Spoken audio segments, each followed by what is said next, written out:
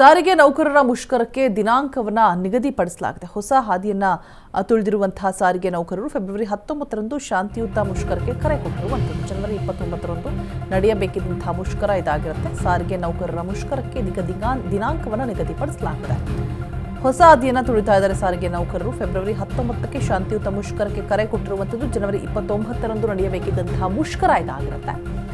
ಅನಂತ ಸುಬ್ಬರಾವ್ ನಿಧನದಿಂದ ಮುಂದೂಡಿಕೆ ಆಗಿರುತ್ತೆ ಈ ಒಂದು ಮುಷ್ಕರ. ಸಾರಿಗೆ ನೌಕರರ ಮುಷ್ಕರಕ್ಕೆ ಈಗ ಹೊಸ ದಿನಾಂಕವನ್ನು ಫಿಕ್ಸ್ ಮಾಡಿ ಆದೇಶವನ್ನು ಹೊರಡಿಸಲಾಗಿದೆ. ಫೆಬ್ರವರಿ 19ಕ್ಕೆ ಫ್ರೀಡಂ ಪಾರ್ಕ್ನಲ್ಲಿ ಪ್ರೊಟೆಸ್ಟ್ ಅನ್ನು ಮಾಡಲಾಗ್ತದೆ. ಬೆಳಗ್ಗೆ 10 ಗಂಟೆಯಿಂದ ಸಂಜೆ 4 ಗಂಟೆವರೆಗೂ ಕೂಡ ಪೀಸ್ಫುಲ್ ಪ್ರೊಟೆಸ್ಟ್ ಅನ್ನು ಮಾಡೋದಕ್ಕೆ ಮುಂದಾಗಿರುವಂಥದ್ದು. ಕೆಎಸ್ಆರ್ಟಿಸಿ, ಬಿಎಂಟಿಸಿ, ಕೆಎಸ್ಆರ್ಟಿಸಿ, ಕೆಕೆಆರ್ಟಿಸಿ ನೌಕರರು ಇದರಲ್ಲಿ ಭಾಗಿಯಾಗುವಂತಹ ಸಾಧ್ಯತೆಗಳಿದೆ.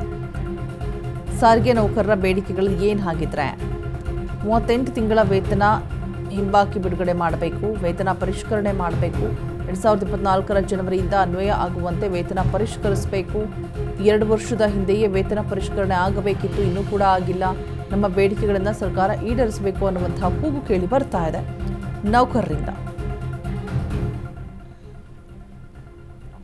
ಸಾರಿಗೆ ನೌಕರರ ಮುಷ್ಕರಕ್ಕೆ ಇದೀಗ ದಿನಾಂಕ ನಿಗದಿ ಆಗಿರುವಂಥದ್ದು. ಈ ಹಿಂದೆ ಸ್ಪಾರ್ ಅವರ ನಿಧನದ ಬೆನ್ನಲ್ಲೇ ಸ್ಟಾಪ್ ಆಗಿತ್ತು.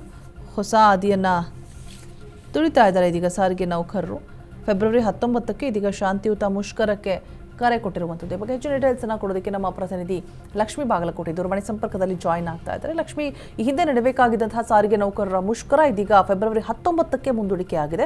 ಒಂದು ರೀತಿಯಾಗಿ ವಿಭಿನ್ನವಾಗಿ ಮಾಡ್ತಾ ಇರುವಂಥದ್ದು ಪ್ರೊಟೆಸ್ಟ್ ಅನ್ನ ಪ್ಲಾನಿಂಗ್ ಅನ್ನ ಮಾಡ್ಕೊಂಡಿದ್ದಾರೆ. ಶಾಂತಿಯುತ ಪ್ರೊಟೆಸ್ಟ್ ಅಂತ ಹೇಳ್ಬಿಟ್ಟು ಹೇಳಲಾಗ್ತಾ ಇದೆ. ಸೊ ಅವರ ಬೇಡಿಕೆಗಳು ಏನೇನೆಲ್ಲ ಇದೆ, ಈ 2 ವರ್ಷದ ಹಿಂದೆಯಿಂದನೂ ಕೂಡ ಅವರ ಅಳಲನ್ನ ತೋಡ್ಕೊಳ್ತಾ ಇದ್ದಾರೆ. ಬಟ್ ಸರ್ಕಾರ ಇದ್ರ ಬಗ್ಗೆ ಯಾವುದೇ ರೀತಿಯಾದಂತಹ ಒಂದು ಗಮನ ಹರಿಸ್ತಾ ಇಲ್ಲ. ಸೊ ಈ ವರ್ಷ ಇರುವಂತಹ ಬೇಡಿಕೆಗಳೆಲ್ಲ ಏನೆಲ್ಲ ಬೇಡಿಕೆಗಳನ್ನ ಮುಂದಿಟ್ಟು ಶಾಂತಿಯುತ ಪ್ರೊಟೆಸ್ಟ್ ಅನ್ನ ಮಾಡೋದಕ್ಕೆ ಮುಂದಾಗ್ತಾ ಇರುವಂತದ್ದು, ಯಾವ ರೀತಿಯಾಗಿ ಸಿದ್ಧತೆಯನ್ನ ಮಾಡ್ಕೊಂಡಿದ್ದಾರೆ, ಕಂಪ್ಲೀಟ್ ಡೀಟೇಲ್ಸ್ ಅನ್ನ ಕೊಡೋದಾದ್ರೆ ಲಕ್ಷ್ಮಿ. ರೋಜಾ, ಈಗಾಗ್ಲೇನು ಸಾರಿಗೆ ನೌಕರರು ಮುಷ್ಕರಕ್ಕೆ ಈಗಾಗ್ಲೇ ದಿನಾಂಕವನ್ನ ನಿಗದಿ ಮಾಡಿದ್ರು. ಕಳೆದ ಬಾರಿಯೂ ಸಹ ಮಾಡ್ಬೇಕು ಅಂತ ಹೇಳಿ ಪ್ಲಾನಿಂಗ್ಸ್ ನ ಮಾಡಿದ್ರು. ಆದ್ರೆ ಆ ಟೈಮ್ ಅಲ್ಲಿ ಎಸ್ಎಂಎಸ್ ಜಾರಿಯನ್ನ ಮಾಡ್ತಾರೆ. ಎಸ್ಎಂಎಸ್ ಜಾರಿಗೂ ಸಹ ಈಗ ಬಗ್ಗದೆ ಏನೋ ಪ್ರೊಟೆಸ್ಟ್ ಮಾಡೋದಕ್ಕೆ ಮುಂದಾಗ್ತಾ ಇದ್ರು.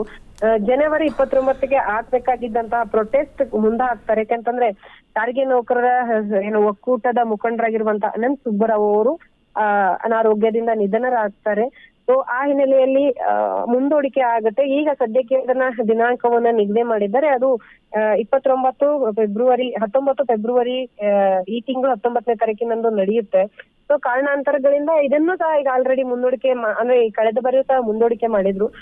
ಸಾರಿಗೆ ನೌಕರರದೇನು ಬೇಡಿಕೆ ಜಾಸ್ತಿ ಇಲ್ಲ, 2 ಬೇಡಿಕೆಗಳನ್ನ ಇಟ್ಟು ಅವ್ರು ಈಗಾಗ್ಲೇ ಏನು ಪ್ರತಿಭಟನೆಯನ್ನ ಮಾಡೋದಕ್ಕೆ ಮುಂದಾಗಿದ್ರು.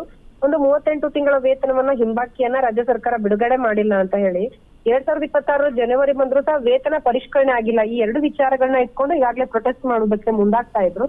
ಆದ್ರೆ ಪ್ರೊಟೆಸ್ಟ್ ಗೆ ಕಾರಣಾಂತರಗಳಿಂದ ಮುಂದೆ ಹೋಗ್ತಾನೆ ಇತ್ತು. ಅದ್ರ ಜೊತೆಗೆ ಬಿಎಂಟಿಸಿ ಇಂದ ಸಹ ನೋಟಿಸ್ ಅನ್ನ, ಸಾರಿಗೆ ಇಲಾಖೆಯಿಂದ ಸಹ ನೋಟಿಸ್ ಅನ್ನ ಕೊಡ್ಸಿದ್ರು, ಯಾರು ಸಹ ಭಾಗಿಯಾಗಬಾರ್ದು ಅಂತ ಹೇಳಿ. ಅದಕ್ಕೂ ಮುಂಚಿತವಾಗಿ ಎಸ್ಮಾನ ಜಾರಿಗೆ ಮಾಡ್ತಾರೆ.